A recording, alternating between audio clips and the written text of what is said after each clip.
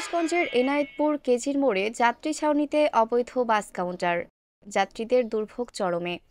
সিরাজগঞ্জের এনায়েতপুর কেজির মোড়ে যাত্রী ছাউনিতে অবৈধভাবে বসানো বাস কাউন্টার নিয়ে যাত্রীদের দুর্ভোগ চরম আকার ধারণ করেছে।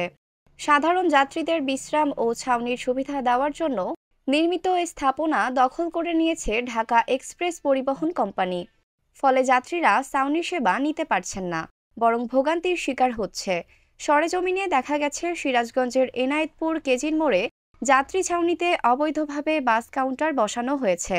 এ কাউন্টারে সারাদিন যাত্রীদের টিকিট বিক্রি, মালামাল ওঠানো নামানোর কাজ চলে। ফলে সাধারণ যাত্রীদের বসার জায়গা থাকে না। অনেক সময় যাত্রীরা ফুটপাতের পাশে দাঁড়িয়ে বাসের অপেক্ষায় থাকতে বাধ্য হন।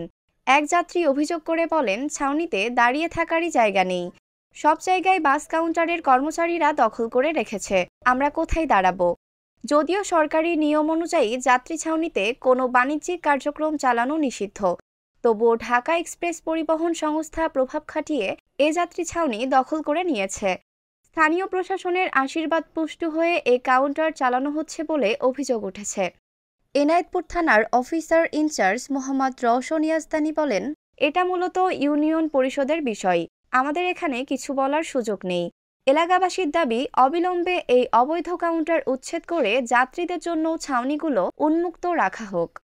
এ বিষয়ে প্রশাসনের কার্যকর উদ্যোগ নেওয়া প্রয়োজন।